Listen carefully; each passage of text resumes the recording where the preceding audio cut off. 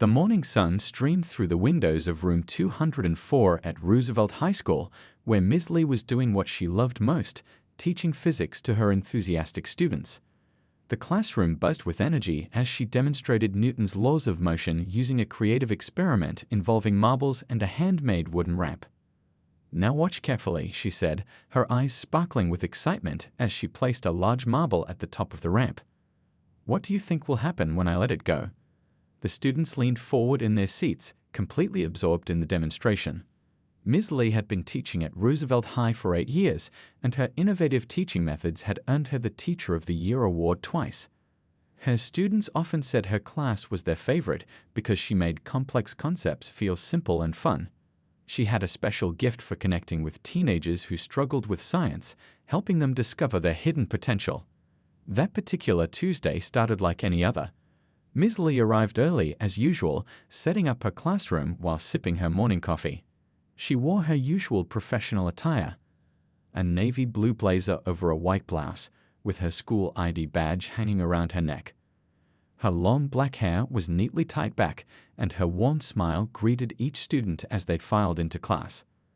The first period went smoothly, with freshmen learning about velocity and acceleration. During second period, she helped sophomores understand the mysteries of electromagnetic waves. Now, in third period, she was teaching her favorite lesson about Newton's laws to her junior class. "Remember," she explained, writing on the whiteboard with her characteristic neat handwriting, "an object in motion stays in motion unless acted upon by an external force." She turned to face her class of 30 students, who were scribbling notes and asking thoughtful questions. Among her students sat quiet and hardworking Amy in the front row, always the first to raise her hand. Behind her was basketball star Jake, who had improved his grades significantly since Ms. Lee started tutoring him during lunch breaks. Near the window sat Raj, a recent transfer student who was gradually coming out of his shell thanks to Ms. Lee's encouraging teaching style. The classroom walls were decorated with colorful posters explaining scientific concepts, student projects from previous semesters, and inspiring quotes about perseverance and curiosity. A particularly popular corner featured photos from the science fair Ms. Lee had organized last month, where her students had won several awards. As she continued her demonstration, Ms. Lee picked up a smaller marble. "Now, what happens when we change the mass but keep the same height?" The students called out their predictions, creating that wonderful chaos of active learning that she loved so much. "Ms. Lee," called out a student from the back, "can we try it with different materials too?" Her face lit up at the question. This was exactly the kind of curiosity she hoped to inspire. She reached into her supply cabinet, pulling out additional materials for an impromptu expansion of the experiment. The clock on the wall showed 10:45 a.m., and Ms. Lee was just about to demonstrate how friction affected the marble's motion when heavy footsteps echoed in the hallway. No one paid much attention at first. Staff members and administrators often walked the halls during class time. The autumn breeze gently rustled the leaves outside the classroom windows, and the distant sound of physical education classes on the field created a familiar background noise. Everything felt normal, peaceful, and productive, exactly how a school day should be. Ms. Lee adjusted her glasses and picked up another marble, ready to continue the demonstration. "Now watch what happens when we change the angle of the—" Her voice trailed off as the classroom door suddenly burst open. The students' excited chatter about physics instantly died down. 2 police officers stood in the doorway, their expressions stern and their hands resting near their belts. The peaceful atmosphere of scientific discovery vanished in an instant. No one in the room could have predicted how the next few minutes would completely change their lives. Ms. Lee stood frozen by her demonstration table, the marble still in her hand, as the officer's eyes locked onto her. The autumn sunlight continued to stream through the windows, but the warmth it had brought earlier seemed to vanish from the room. The security camera in the corner of the classroom blinked its red light steadily, silently recording what would soon become a viral video that would spark national outrage and conversations about racial profiling in America. But for now, in this moment, it was just a terrified teacher and her stunned students watching as their ordinary Tuesday morning transformed into something none of them would ever forget. The look of confusion and concern on Ms. Lee's face reflected in the worried expressions of her students. She had always taught them about cause and effect in physics, but nothing had prepared them for the chain of events that was about to unfold. The marble she had been holding rolled across the desk and dropped to the floor, the soft sound of it hitting the tile punctuating the heavy silence that had fallen over room 204. In those final moments of normalcy, none of them realized they were about to become part of a story that would make headlines across the country. They were about to learn a different kind of lesson, one about justice, prejudice, and the power of standing up for what's right. But right then, they were just a physics teacher and her students, frozen in a moment that hung suspended like a drop of water before it falls, waiting for gravity to take hold. The ticking of the clock seemed unnaturally loud in the silence, marking the exact moment when everything changed. Ms. Lee took a deep breath, straightened her blazer, and prepared to address the officers, still believing there must be some simple misunderstanding that could be quickly resolved. She had no way of knowing that this interruption would become much more than just a brief pause in her physics lesson. The tension in room 204 was thick enough to cut with a knife as the two officers stepped into the classroom. The taller officer's boots squeaked against the freshly waxed floor as he moved forward, while his partner remained by the door, effectively blocking the exit. "Ma'am, step away from the desk," the taller officer commanded, his voice sharp and authoritative.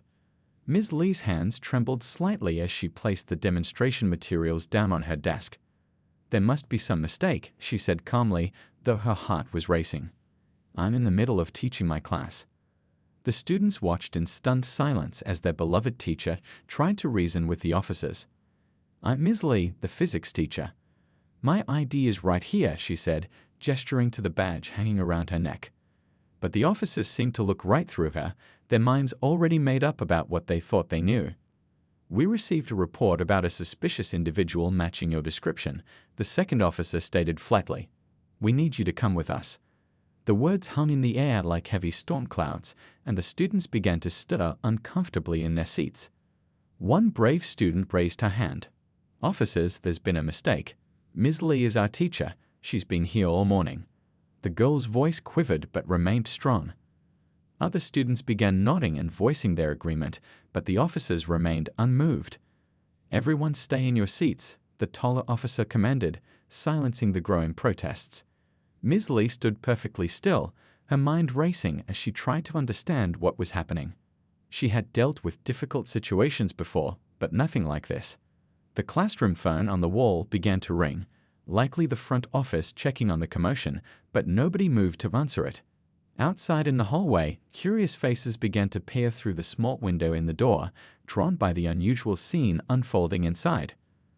"Please," Ms. Lee tried again, her voice steady despite her fear. "Let me call the principal. He can verify who I am." She reached slowly toward her desk phone, but the officer's stern voice stopped her. "Keep your hands where we can see them." Students began pulling out their phones, some recording, others frantically texting.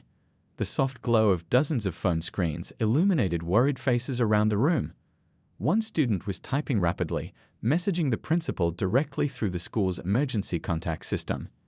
The autumn breeze that had felt so pleasant earlier now seemed to carry a chill as it drifted through the partially open window. The physics demonstrations on Ms. Lee's desk, the marbles, the ramp, the carefully planned lesson, stood as silent witnesses to the injustice unfolding. "Officers," Ms. Lee attempted one more time, her professional demeanor still intact despite the humiliation she felt. "I've been teaching at this school for 8 years. There are security cameras in this room. You can easily verify my identity." The taller officer took another step forward. "Ma'am, we have a description of a suspect in the area. Age and female, approximately your height, dark hair. You're going to need to come with us now." The racial profiling was so blatant that several students gasped audibly. Through the classroom windows, more students in the hallway had gathered, their faces pressed against the glass. Word was spreading quickly through the school about what was happening in room 204. The whispers and murmurs from the hallway grew louder. Footsteps could be heard running down the corridor, heavy, purposeful steps that echoed off the lockers. Help was coming, but would it arrive in time to prevent what was about to happen? Ms. Lee stood her ground, years of teaching experience helping her maintain her composure. "I understand you're doing your job," she said carefully, "but I am not the person you're looking for. I am a teacher in my classroom with my students. Please, let's handle this professionally." But the officers had already made their decision. The shorter officer moved away from the door, approaching Ms. Lee from the other side. The students watched in horror as their teacher was caught between the two advancing officers. A student in the back row had tears streaming down his face. Ms. Lee had helped him pass his first physics test just last week.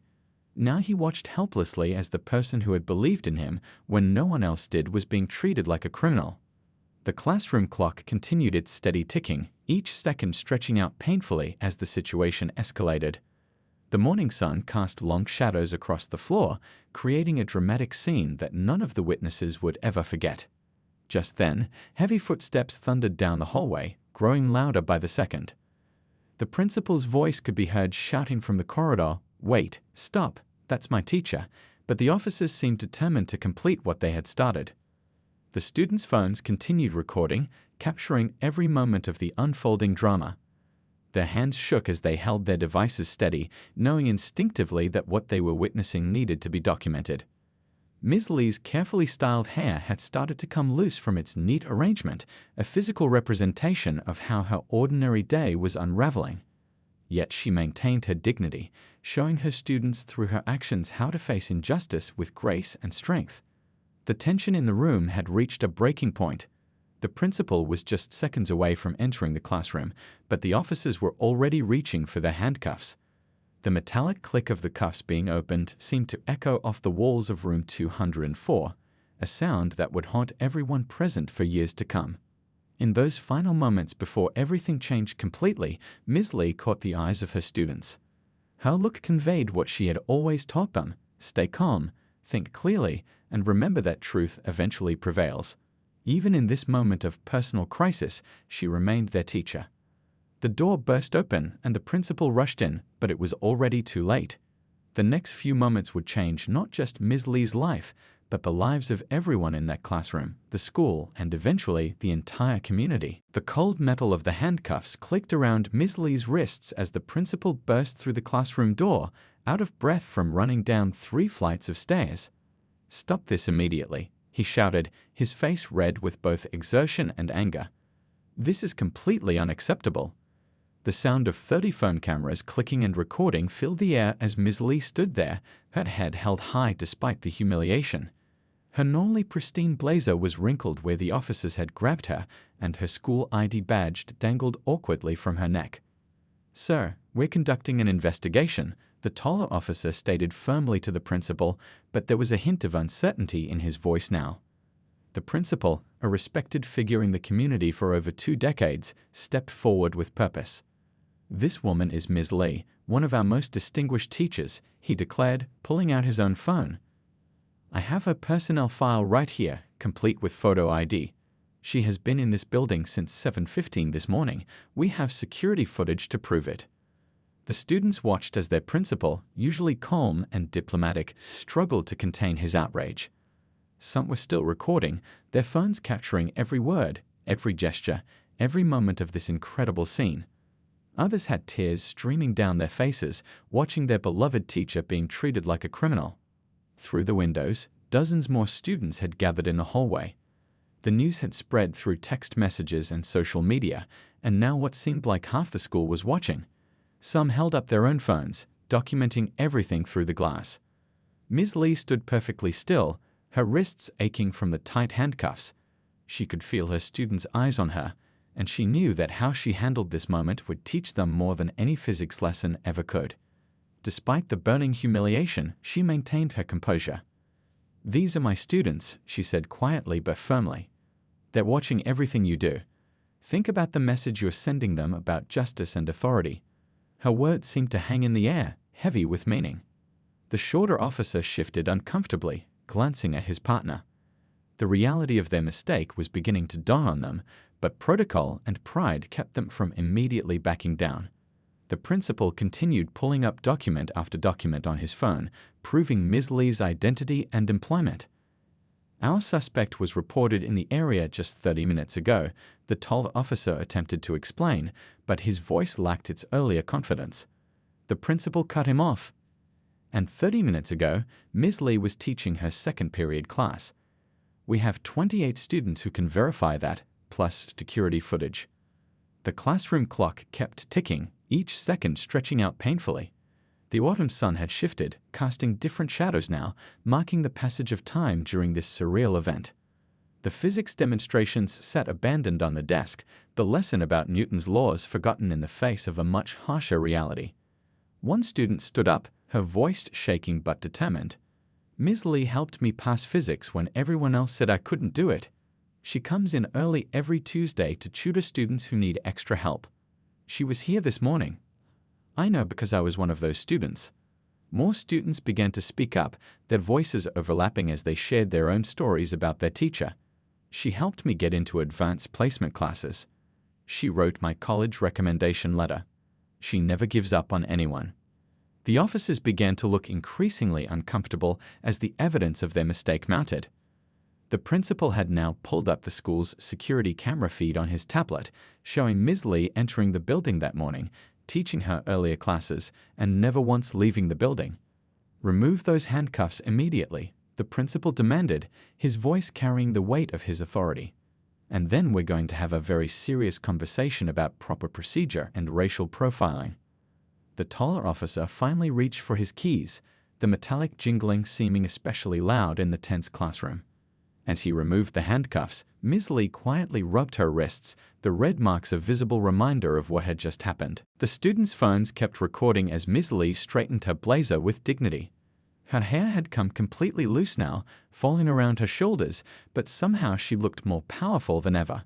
She turned to her class, her voice steady despite everything.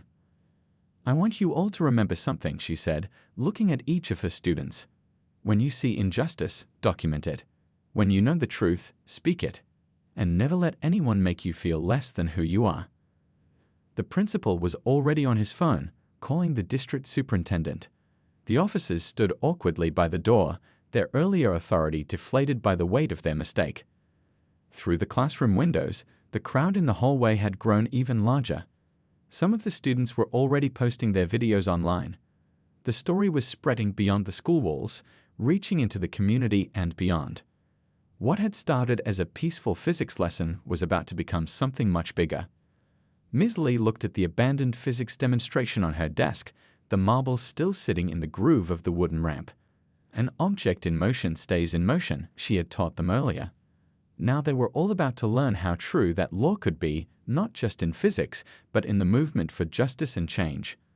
The bell rang, signaling the end of the period, but nobody moved. They all knew this wasn't over. In fact, it was just the beginning of something much larger than anyone in room 204 could have imagined that morning. By sunset that same day, the videos from room 204 had spread like wildfire across social media. Parents were calling each other, students were sharing their recordings, and local news vans had started gathering outside Roosevelt High School.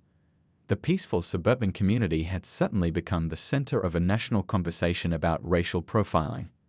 The video clips told the story from different angles. Some captured Ms. Lee's dignity in the face of injustice, others showed the students' passionate defense of their teacher, and all of them revealed the disturbing ease with which the officers had dismissed clear evidence of her identity.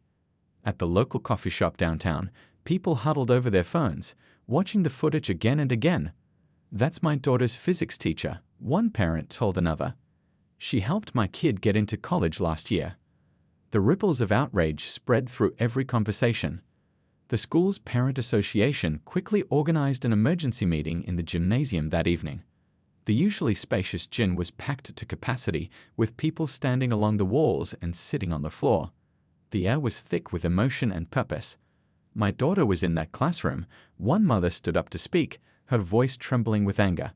"She came home crying today. Not just because of what happened to Ms. Lee, but because she saw how quickly authority figures could ignore the truth right in front of them." The school superintendent had arrived, along with members of the school board. They sat at a long table facing the crowd, their faces grave as they listened to parent after parent demand action. The local news cameras rolled, capturing every impassioned speech. Outside the gym, students had gathered on the school lawn, holding handmade signs with messages like "Justice for Ms. Lee" and "Teachers deserve respect." They had organized the peaceful demonstration through group chats and social media, showing the leadership skills their beloved teacher had helped instill in them. Local civil rights organizations began reaching out, offering support and legal assistance. Community leaders from various cultural and religious backgrounds stepped forward to share similar stories, turning one teacher's humiliation into a rallying cry for change. Ms. Lee herself had spent the afternoon giving statements, first to the school board, then to internal affairs, and finally to the local news. She spoke with the same clear, measured tone she used in her classroom, making complex issues understandable just as she did with physics concepts. "This isn't just about me," she told reporters, standing straight and professional despite her exhausting day. "This is about every person who has ever been judged by their appearance rather than their actions.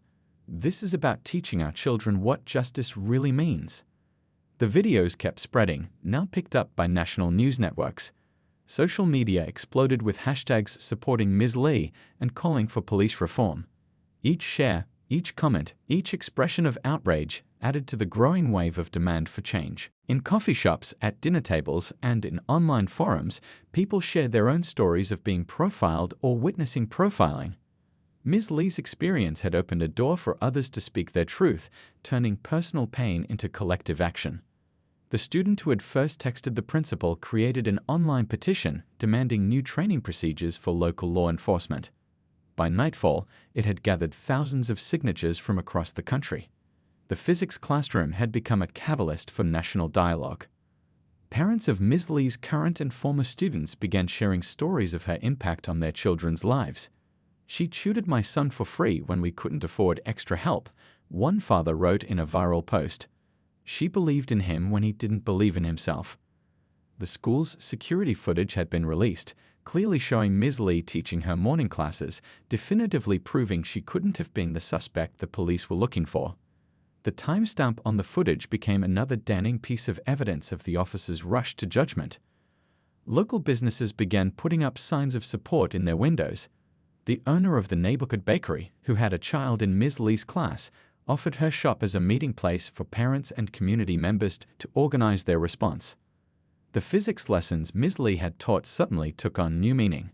Her students remembered her words about every action having an equal and opposite reaction.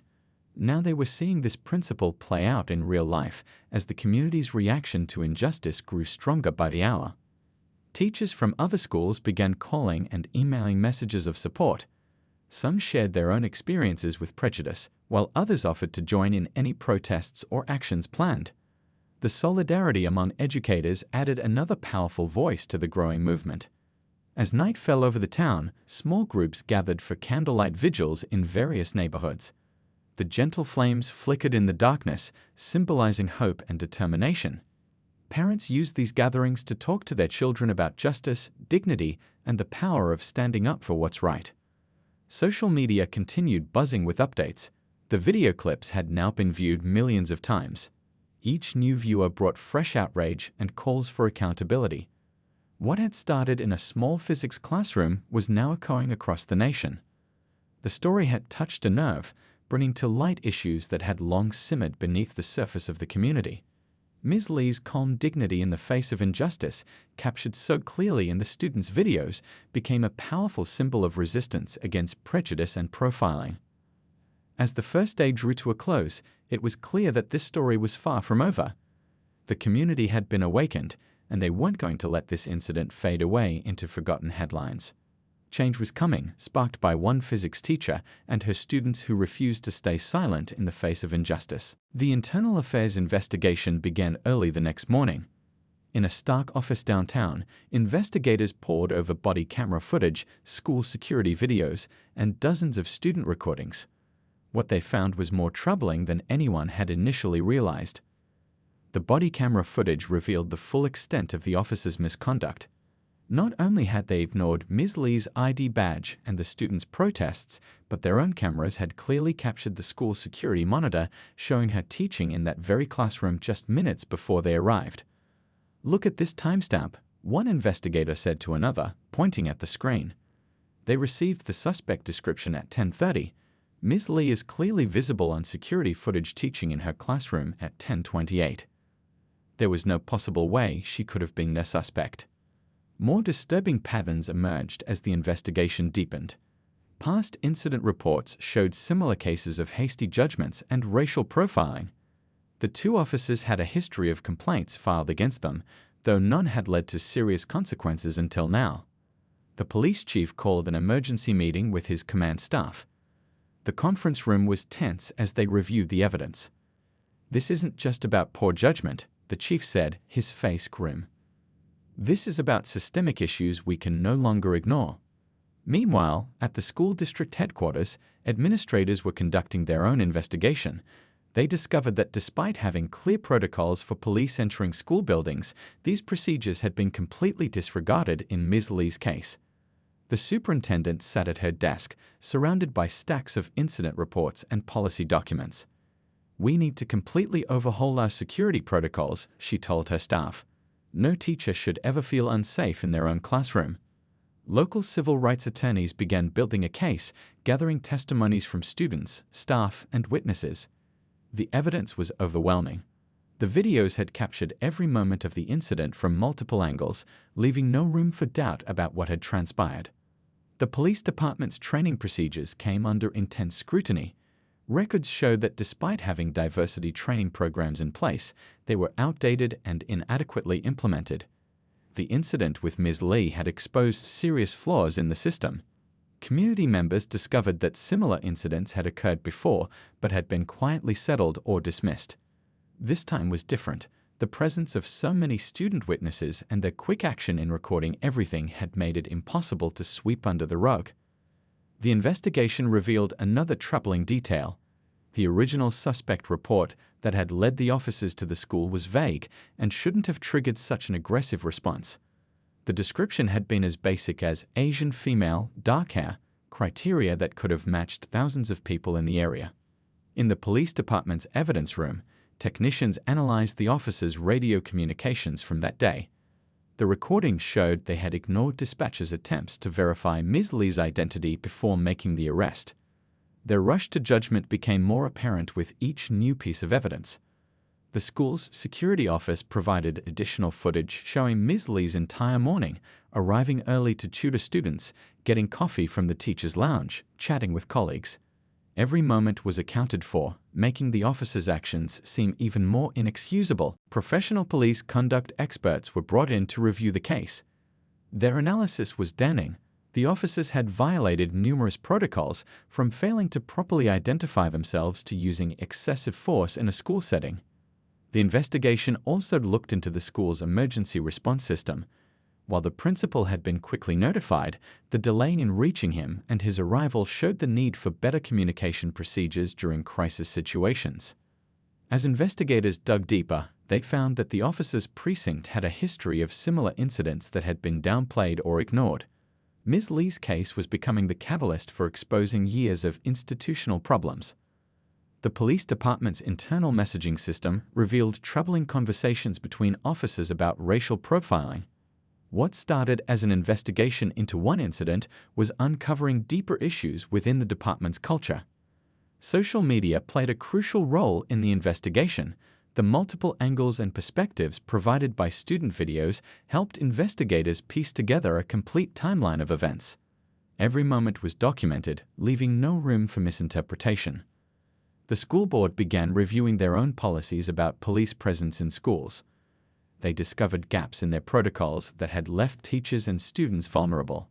Ms. Lee's case was forcing them to confront uncomfortable truths about school safety.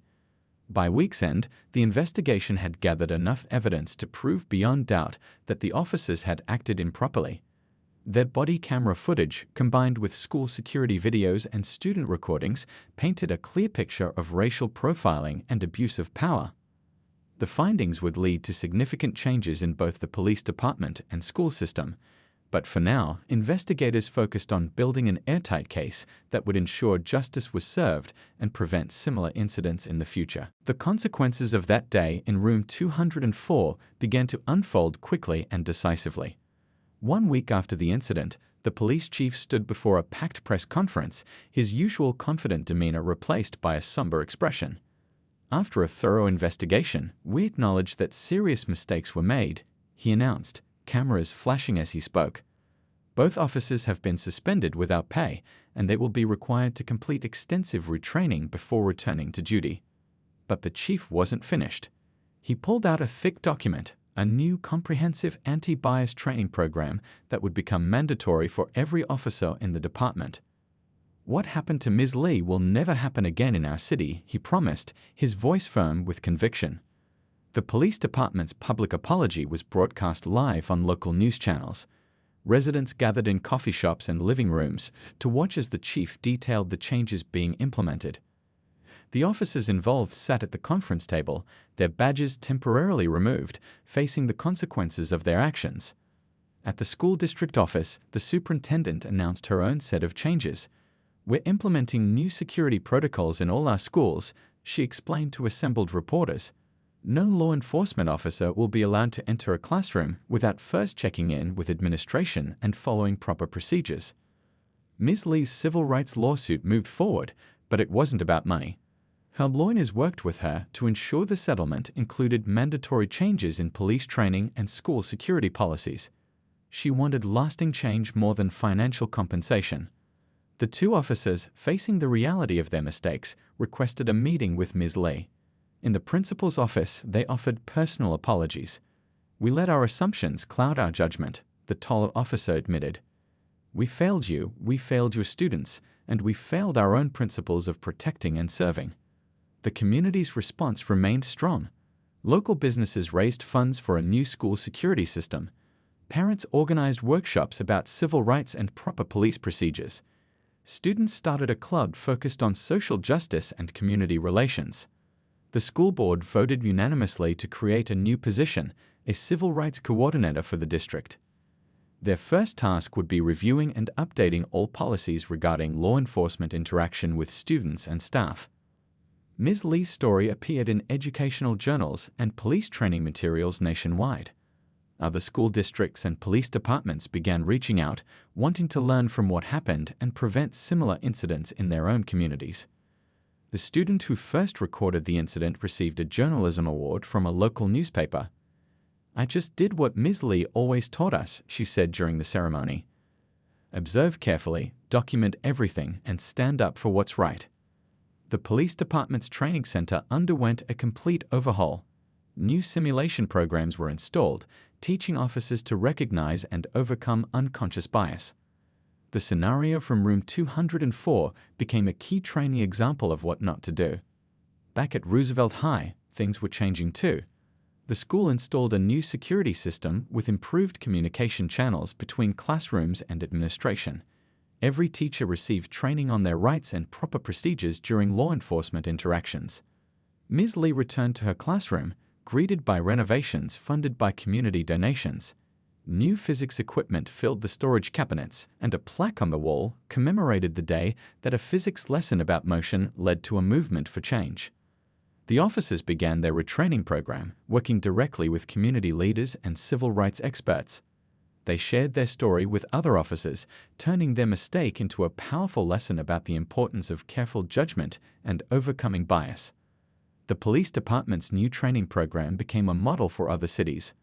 Officers learned about cultural sensitivity, proper school interaction protocols, and the importance of thorough verification before taking action. Local government officials passed new regulations requiring body camera footage to be reviewed regularly for signs of bias or misconduct. The incident in room 204 had exposed the need for better oversight and accountability. Ms. Lee's students noticed a change in how police officers interacted with the school community. Officers now participated in school events, getting to know teachers and students in positive settings rather than confrontational ones. The physics classroom became a symbol of positive change. Visitors from other schools and districts came to learn about what happened and how the community responded. Ms. Lee's dignified handling of the situation became an inspiration for others facing similar challenges. As the school year continued, something remarkable happened. The incident that could have left lasting trauma instead became a catalyst for healing and improvement.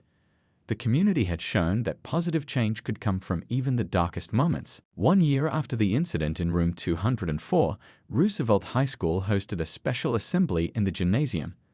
The bleachers were packed with students, teachers, parents, and community members.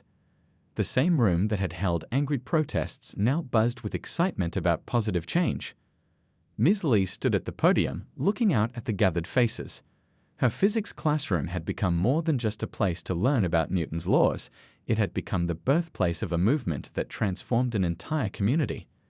"When I first started teaching," she began, her voice clear and strong, "I thought my job was just to explain physics. But that day taught us all that education goes far beyond textbooks and formulas. It's about standing up for what's right and turning difficult moments into opportunities for growth." The student-led initiative she helped create, Building Bridges, had become a huge success. Every month, police officers visited the school to participate in workshops with students and teachers. They didn't come as authority figures, but as community members eager to learn and understand. The two officers who had arrested her sat in the audience. They had become regular participants in these workshops, sharing their story as a powerful lesson about the dangers of bias and the importance of careful judgment. Their humility and willingness to learn had earned them newfound respect. "Last week," Ms. Lee continued, "a student asked me if I was angry about what happened that day. The truth is, I'm grateful. Not for the injustice, but for how this community responded to it. You showed that when we stand together, real change is possible." The police department had completely transformed its training program. New officers now spent time in schools, getting to know teachers and students before ever patrolling the halls. The chief's promise of never again had become a reality through concrete actions and policy changes. In the audience, a student held up a phone, recording the assembly just as students had recorded the incident a year ago. But this time, the video would show something very different, a community that had learned, grown, and come together. The school's security system had become a model for other districts. Visitors came from across the country to learn about the new protocols and communication systems put in place. What happened in room 204 was now preventing similar incidents elsewhere. Ms. Lee's physics lessons had taken on new meaning. When she taught about actions and reactions, students understood it wasn't just about objects in motion, it was about how communities respond to challenges and how small actions can create big changes.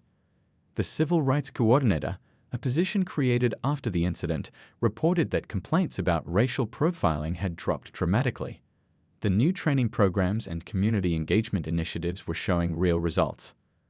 "Look around this room," Ms. Lee said, gesturing to the diverse crowd.